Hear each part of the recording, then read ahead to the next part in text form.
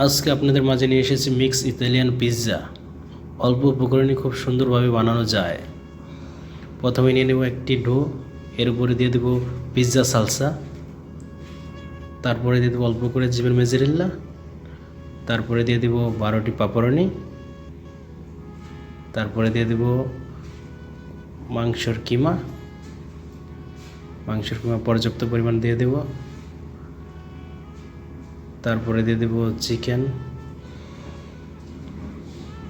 তারপরে দিয়ে দেবো একদম পর্যাপ্ত পরিমাণ জিবেন মেজেরেল্লা উপর দিয়ে, যেন পুরোটা কাভারেজ হয়।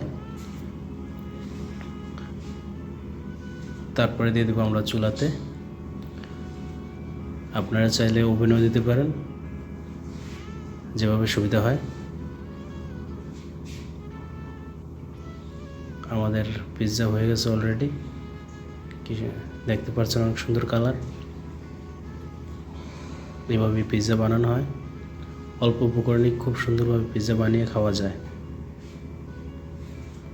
তারপরে আমরা এটাকে কেটে নেব চিকন চিকন স্লাইড করে, তারপরে দিয়ে দেবো আতরফ জিবেন আতরফ দিয়ে দেবো, যেন সুগন্ধি পাওয়া যায় খাওয়ার সময়। এই ছিল আমাদের মিক্স পিৎজা আজকের ইতালিয়ান। ভালো লাগলে একটি লাইক, কমেন্ট এবং